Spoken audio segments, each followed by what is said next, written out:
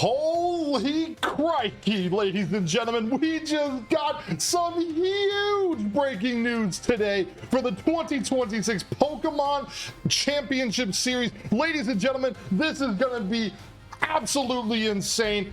We got to talk about this, so please, if you are looking forward for the 2026 Pokemon Championship Series, leave a like on this video, comment down below, subscribe to the channel if you guys are new. My name is TalonMasterJ. I'm a VGC player, and honestly, guys, I didn't anticipate what we got today. I am floored at what we got. We're gonna break it down in this video, guys, so let's just get right into it, guys. First and foremost here, what is new for the 2026 Pokemon Championship Series? This is on the Pokemon Play website. I will have links in the description below if you guys want to go and check it out so you can see it for yourself. We're just going to talk about it, give my thoughts about it. Then we're going to look at some of the early event locations. Yes, we have some event locations already announced, and I'm stunned. Guys, I'm stunned at it. But let's get into it, guys. So, the 2026 Pokemon Championship Series, they are changing it up, man. They are just flat out changing it up. There's some things that are good, there's some things that might be bad, there's some things that I personally am just a little bit confused about, but that's probably because I just don't know what it means for me specifically. But they are doing changes to the end of round procedures for the TCG. They're actually doing Unite. This is something that's crazy. Now, honestly, I played Unite when it first came out. I was not very good at it. Then I know that Unite got a little bit, what's the word I'm looking for? It's on the tip of my tongue. Oh yeah, broken. To the point where I just barely played it. Like, I still have it on my Switch and I don't even play it. So I may have to figure out something with that. Just, you know, maybe play it on time to time over on Twitch. Go give me a follow, by the way, twitch.tv/TalonMasterJ. Small plug for the Twitch channel, guys. We're getting close to 1,000 follows over there. But let's get into it, guys. So 2026 league challenges and league cup start date. So what they do at the lower levels of tournament. So there's 4 levels of tournament. There's locals, regionals, internationals, worlds. League challenges and league cups are essentially the lowest level. They are local based, so you can go to something like one of your card shops or a game store, and if they have a Play Pokemon Professor program, they can host tournaments at their events. My preferred one is Nerdy Needs, but I also go to Versus Games. Those are 2 of the locations that I particularly frequent for my locals. I also cast for them. But what the league challenge and league cups are, they will start for video game on September 1st, 2025. So that is after this year's World Championships in Anaheim, California. However, TCG and Go can start literally next Tuesday. As I'm recording this, next Tuesday is when TCG and Go league challenges and league cups. Now, I remember last year, I think we were allowed to do league challenges for VGC in July, but I guess they wanted to wait until after Worlds, because also Worlds this year is currently under the Regulation I format. It is not under any previous format that we know about, but because it's starting September 1st, that gives an idea that just maybe we're going to have a new format on September 1st. What it could be, I don't know. A couple of my friends have speculated maybe Reg H with Paradox Pokemon or Reg H with DLC mons, but no legendaries. So it could be anything really right now. We don't know, but the fact that video game is starting September 1st gives that appearance that it will be a new format. Next up, adjusting Swiss turnarounds. Now, how a Swiss tournament is very simple. At the start of the tournament, every single player, whether you just signed up or you've been there for years, you start with a record of 0 wins and 0 losses, and you will be matched up with somebody who is also 0 wins, 0 losses. Whether you win or you lose determines how you will be paired in subsequent rounds. Let's say I play against, I don't know, I'll just throw a name off the top of my head. Let's say I play Patrick Connors, the 2024 North America International Champion. Let's say I beat Patrick, which is, in all fairness, very unlikely. Patrick is a really good player. But let's say I beat Patrick. I play somebody in round 2 who is also 1-0. Meanwhile, Patrick would have to play somebody who is 0-1. Now, if we're being fair, again, it would probably be the opposite way, because Patrick is much better at the game than myself. I will be completely candid with you guys. But as the rounds continue, you will be paired into trainers that have the same record as yourself, unless there is an odd number of players, usually from people who decide to drop because they are out of contention for day 2, in which case you could have, say, a 6-1 player playing a 5-2 player. That's how Swiss rounds work. There's always the possibility of a down pair or an up pair if you're the X2 player playing an X1. But the way that Swiss tournament goes is that. Now, this is where it gets a little confusing to me. At all age divisions at the tournaments, if they have at least 65 participants, we'll have 1 additional round of Swiss pairings. So that means Swiss plus 1. Now, if you've seen, and I'm gonna mute my microphone, my phone, because I recorded with my phone right there. Honestly, I'm a little confused about that myself personally, because I'm trying to think. Based on how regionals have been, we had, at least in the 2025 season, in 2024 and 2023, we had 9 rounds of Swiss on day 1. In 2024, for the 2025 season, we had 8 rounds of Swiss.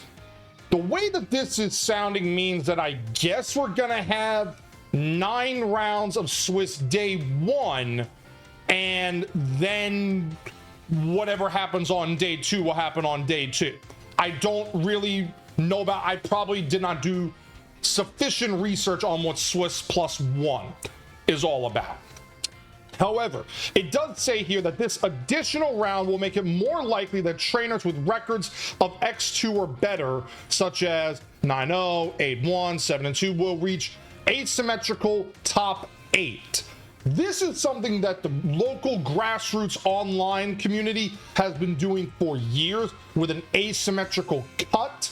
So it was nice to see Play Pokemon implement that format for last year, and to me, resounding success to see all those players keep on fighting on day 2 and maybe have a shot at doing a play-in. Now, yes, some players got by, some players had to do the play-in tournament, but it made it more fun to see, ooh, there could be a player that we thought might have made the bye, but they actually had to do the play-in and they lost. That's what made it more fun and more enticing. And it says here, this additional Swiss round will also improve the tournament experience as competitors vie for top cup placements and cash prizes in the final match of Swiss Phase 2. For most age divisions, Swiss Phase 1 will be, okay, so there it is. Will feature 8 Swiss tournament rounds, with rounds scheduled to either conclude on day 1 or continue into day 2 of a tournament. Since this can fluctuate, it's best to review each tournament schedule as provided by the tournament organizer. Okay, so that makes it a little interesting. So that must mean that no matter what, we're having 8 rounds of Swiss on day 1, and then we have an extra round of Swiss on day 2. I'm assuming that's what it means. And again, this is something that I am probably misrepresenting. If you guys know it better than I do, please let me know in the comment section down below. I would love the feedback if I am right or am I wrong. Now this is something that is it's a little negative, but at the same time, I want to see it work out properly. In an effort to smooth out tournament proceeding, asymmetrical top 8 will now be capped at 16 total participants compared to the 32 from the 2025 season, regardless of the number of competitors tied with the 8th place competitor. That is going to be really interesting. Now, it does confirm that if you are in the top 16, you will only need to win 4 rounds to win the tournament if you make top cut. Conversely, it will mean it sounds like Resistance is making a return, and that was a reason that I think most of the community asked for this new format, or going to the grassroots style with X2 or better cut, just hard X2 or better regardless of numbers. I feel like that's gonna be a little bit of a negative, but I'm willing to see what happens with the first couple of events next season. And also tournament results, community feedback will continue to be closely monitored. Okay. TCG end of round rule change. Honestly, as much as I would love to talk about TCG, guys, I mean, I have TCG Pocket. I've got like a plethora of trading cards in my desk and whatever from, you know, the prize packs. But honestly, I barely understand TCG. The only thing I know about TCG is that they have draws. VGC, you almost never get a draw. I think in the 3 years that I've played competitive VGC, I've seen 1 set end in a draw. 1 set. That's it. And it wasn't even a Dozo mirror for that matter. So that's what makes it crazy. So I'm gonna skip over the TCG. I apologize to the TCG community. I just have no knowledge of it. I had no knowledge, except for the fact that the cards, some of them are just absolutely freaking amazing artwork. Just incredible. Championship point table adjustments. This is going to be something for all formats, but mostly for VGC. Slight tweaks have been made to championship points and kickers for grand challenges, global challenges, league challenges, and regional, special, and international championship events. Grand challenges and global challenges now provide separate rewards per rating zone. That is crazy good, guys. That is insane to think about. The reason with that is because let me explain the grand challenges and the global challenges. If you've seen the most recent Wolf Glick video on Wolfie VGC, you would know that he went undercover, because technically he did, to win the global challenge 1. However, if we look at the official standings, my friend Tapo Wapo won the global challenge 1. But Wolf used again, he said he went undercover. He used a Japanese alt account. He used a Japanese trainer ID. He used Pokemon with their Japanese katakana in their names, so he could disguise who he was.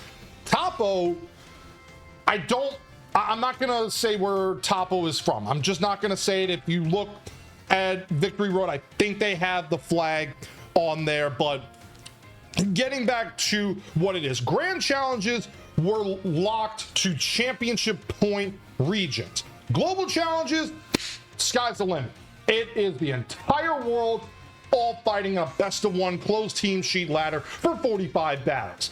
And to be honest, that was both fun, challenging, and infuriating, because at the same time that you're having fun, you have to remember it's the in-game ladder, and the in-game ladder can sometimes suck. But getting back to it, grand challenges, they were restricted to the your championship point region. However, Tapo did it. Tapo won with, I believe if I remember correctly, it was a 1809 ELO score, which is and I don't remember what ELO stands for. I really don't remember it. But let's say Tapo was 1809. He finishes in first place. But in second place is a person from, let's say, the Netherlands. We'll just throw the Netherlands out there. I'll just throw a country. By going that route, the second place player from the Netherlands got second place championship points, which, if I remember correctly, was 170 for the winner, 160 for second place. Now, if what this to be said is true, it's going to change the region. So I'm out of North America. I'm not afraid of doxing myself. I'm in North America. Now with the grand challenges and the global challenges, I'm only competing against North American players. That's it. In the global challenge, I may battle some players in Europe. I may battle some players in Latin America. I may battle some players in the Asian circuit. But for championship points, I'm only competing against North American players. So that means anybody in the US, anybody in Canada. And I think the Caribbean counts as North America, if I remember correctly. I think so, because Puerto Rico was a special event and that was count. Well, actually, no, was Mexico regional? Monterrey, was that a North America? I forget. But now with that, that's huge. That is absolutely insane. That I'm only competing against my countrymen. That is gonna probably increase the amount of players, because I don't want to say nobody, but I feel like most people, they were intimidated because if they lost once or twice, they were thinking, okay, my score is low, my point total is low, so I'm probably not going to get any championship points. Now, the sky's the limit. Sky's the limit. You could have like a 1570 ELO. You could be 4,000 in the total standings. But when it goes to your region, suddenly you're top 256 and you get championship points. That's great. League challenge kickers have been adjusted to better reflect average attendance. That's nice. More championship points have been allocated to 9th through 64th. Okay, so top 64 getting a little bit of a buff on championship points. I like that. We're gonna skip over again. I hate skipping over spots, but again, I don't really do the TCG. I don't really do Pokemon Go. I apologize to those communities. They are great communities. The only thing I can say here is number of available travel awards is doubled from 4 to 8 during a specific qualification period for 1,000. Okay, I'll say that's pretty good. Players 5th through 8th on Pokemon Go, $1,000 travel stipend. Okay, that's cool. I like that. Age Trainer Rewards Program returns. That was a pretty fun thing if you were trying to get your championship points, and it's gonna stay with the eligibility requirements. You get 200 championship points. You'll earn the distinction of Ace Trainer. Now, I finished with 150 last season. I might try for 200 next year to get the Ace Trainer status, but in all fairness, that's, just a small incentive. The main incentive is, maybe win a regional, or maybe win an international, or top 4 in international, get that automatic invite to World Championships. Pokemon Unite Championship Series Regional League debut. No longer operate based on championship points, instead exclusively invite teams through 3 primary methods. Finishing top 2 in a Pokemon Unite Regional, winning AOS Cup at EUIC, Asia Champions League, or the final stretch at NAIC, winning a Unite Open Last Chance qualifier. The 2026 Unite Championship Series introducing 3 8-team leagues, North America, Europe, Latin America. Okay. Regional Championship and Special Championship schedule. We will look at that 1 second. International Championship dates and locations. We will also look at that, but it is confirmed. Internationals are returning. It is Latin America in Brazil. And that's in November. It'll be London for Europe in February, and New Orleans gets NAIC again. Now, people were a little confused or concerned about New Orleans because they didn't announce it last weekend at NAIC. We'll see you next year. But if you remember when they announced New Orleans, they said it was locked in for 3 years. Last year was year 2. Next year is year 3. After year 3, who knows where NAIC will be? I don't know. I hope it's in a good city. There might be some bias as to why I'm saying New Orleans isn't a good city. Eagle-eyed viewers of the channel and friends of mine will know why I'm saying New Orleans is not a great city. But let's look at the events. All right, so here are some of the events that we know about that they announced today. Well, excluding the World Championships in Anaheim, because we all know that's going to be. We have Frankfurt as the first regional of next season, but there's also two on the same weekend. There's Frankfurt, which is in Germany, and then Monterey. So Monterey returns, and I think Frankfurt had a regional last year. Either it was last year or it was 2 years ago, but they're on the same weekend. That'll be interesting to see how the numbers will go out for those 2 weekends. My guess is most NA players, if they do one, they're going to choose Monterey over Frankfurt. Next up, we got this one. This is where it's very interesting, ladies and gentlemen. We have Pittsburgh returning. And again, I'm not going to say anything bad about Pittsburgh. I liked my experience in Pittsburgh. I went 6-3 at Pittsburgh, top 128.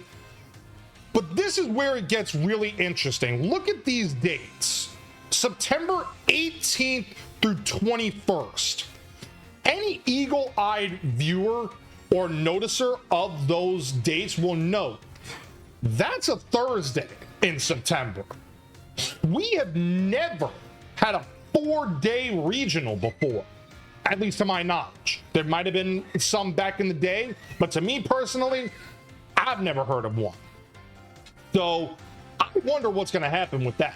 Is it just like, you know, oh, these are the dates that the venue is open, there's going to be more side events for players to participate in? Is there going to be more opportunities for early check-in? I don't know. So that's going to be interesting. And then you also see that Milwaukee is returning from last season, and it's also 4 days. So very interesting. I am curious about what's going to happen with these dates, like what that is, what that entails. We don't know. Then we have also on the weekend of Milwaukee, we have the Belo Horizonte Pokemon Regional Championships in Belo Horizonte, Brazil. And I hope I pronounced that correctly. I really hope I pronounced that correctly. Then we got Lille in France. Lille returns. That's going to be fun. Then you have Gdansk in Poland. And I believe one of those two was last year. I remember there was one, or maybe both of them were last year. So that's going to be interesting to see. Unfortunately, I mean, granted, it's a Europe regional. I probably wouldn't attend anyway. But this weekend specifically, I have something planned that I've been planning months in advance. So that's definitely one I won't be doing. But this is the crazy one right here. This is the crazy one. We got a Vegas regional. We are going to Vegas. Sin City, baby. Blackjack, Texas Hold'em, roulette. What other cards are there?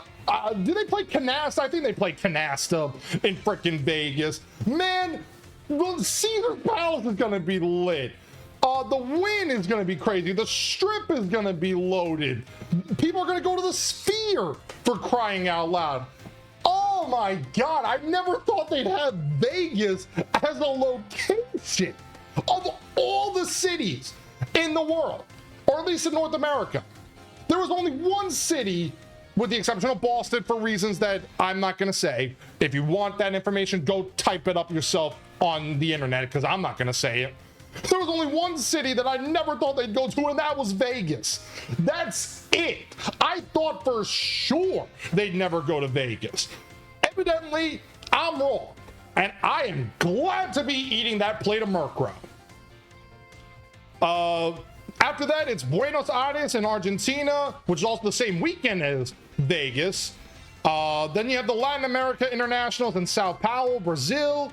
You have Stuttgart, weekend of my brother's birthday, actually. Weekend of my brother's birthday, so that'll be fun. Happy birthday to my brother, by the way, early.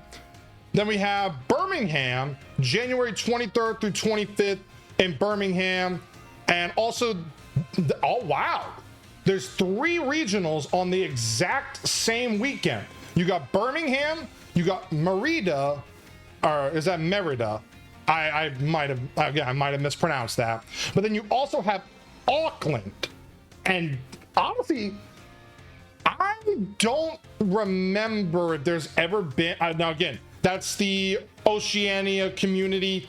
I personally don't know if they've ever had an event in New Zealand, but I will say this, ladies and gentlemen, there is an A missing in New Zealand. Yes, my grammar has gotten the best of me, but I digress. And then we have Santiago, February. Okay, they misspelled the abbreviation for February too, so that's fun. Then you got internationals, EUIC. I might go to this one, truthfully. I've never been to London before. It's Valentine's Day weekend. What's the worst that could happen? But I might do this one, EUIC. I've been talking about EUIC for a while now. If nothing else, to go and see London. And yeah, so that one is one I'm looking at. Seville, March 27th through 29th in Spain. Then we got Querétaro. Did I pronounce that right? Querétaro. I hope I pronounced that one right. I hope I did. Then you got May 15th through 17th, Utrecht. Then you got Lima, and then we have the ending of the season in NAIC with New Orleans, and then the World Championships in San Francisco. Now, they didn't put that on here because everybody knows that they announced San Francisco is next year's World's location. There's going to be plenty more regionals that will be released as time goes on, and they, secure the facilities and book the events and announce it. So be sure to check out Play Pokemon on Twitter. Follow RK9 Labs on Twitter. They usually are up to date with the registrations. And if Gaming Gen is going to be the company that sponsors or staffs the events, also check out their website on Twitter. They would probably also be noting when events are booked and when announcements are made about regional locations. And finally, I just want to talk about what VGC Victory Road did. They did like a brief talk about VG Locals start on September 1st. Extra Swiss Round Day 2. We talked about that.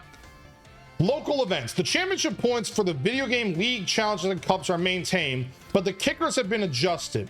Lowered for league challenges with 14 or more players, raised for league cups with 33 or more players. So essentially, this is how the league challenge is going to be for championship points. Now, 15, 12, 10, 8, I believe that is unchanged from last year. I know 15 was the winner for, was how much you got for winning a league challenge last year. But I think they added more points for top 16. Also, the kicker is now 25 for a league challenge. And most league challenges, if you get a good showing, especially early in the season, you will hit 25 players. So that'll be interesting. But also, top 32 if you hit 48 players for a league challenge. If you hit 48, top 32 get 4 points. That's pretty cool, not gonna lie. Then with championship points, League Cup. League Cup wins 50, runner-up wins 40, 32-25, if I remember correctly, that doesn't change from last season. 9 through 16 is 48. So League Cup is the kicker for League Challenge for top 16. But you get 20 points. Not bad. 17 to 32, 80 gets 16, 33 through 64.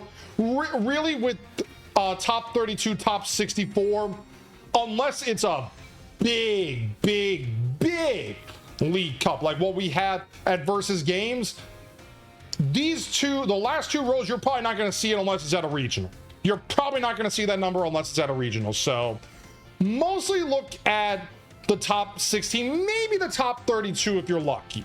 But top 64, you probably won't see that unless it's at a regional. I don't even think there's been a League Cup with 128 players. That's virtually a small regional. Major events. The structure of regionals, specials, and internationals has changed. Let's see. So we got 350 championship points for the winner.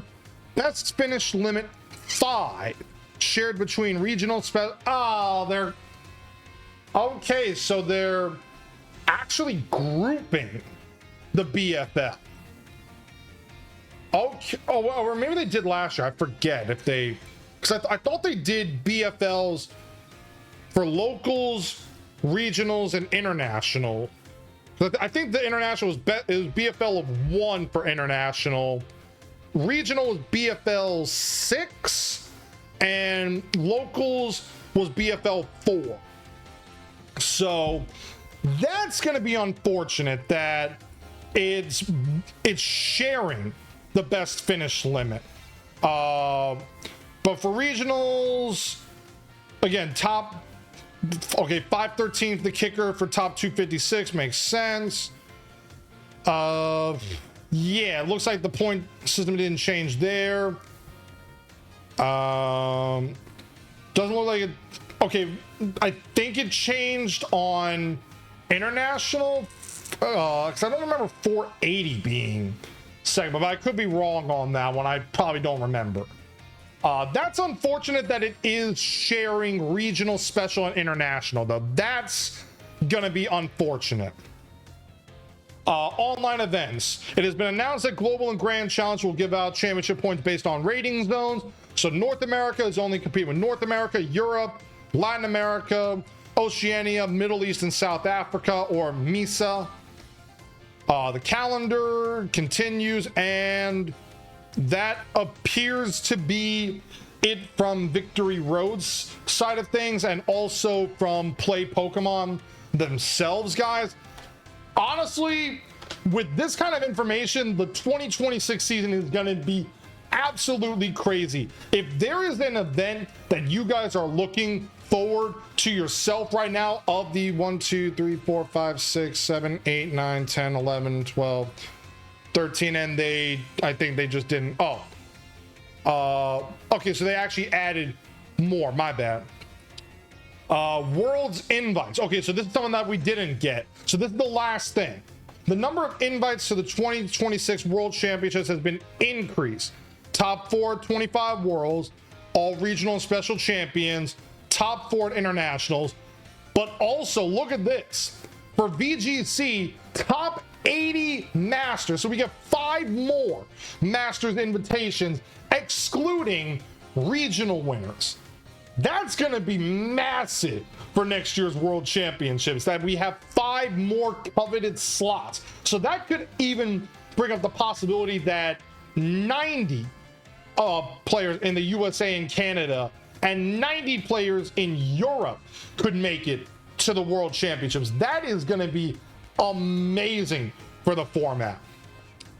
But honestly, guys, for everything that we have gotten today, I think we are set for the future of 2026, and I cannot wait for what happens with the 2026 Regional Championship Series. Please let me know your thoughts in the comment section down below. Don't forget to leave a like on this video, subscribe to the channel, go follow the Twitch channel, guys. We are getting so close to 1,000 follows over there. And also, let me know what events you are going to be going to. If we end up going to the same event, I would love to meet you guys there. I will see you guys with our next video. Don't miss out on it by leaving a like and subscribing to the channel, so that way you tell the YouTube algorithm that you want to see this type of video or this type of content, and I will see you guys with my next video.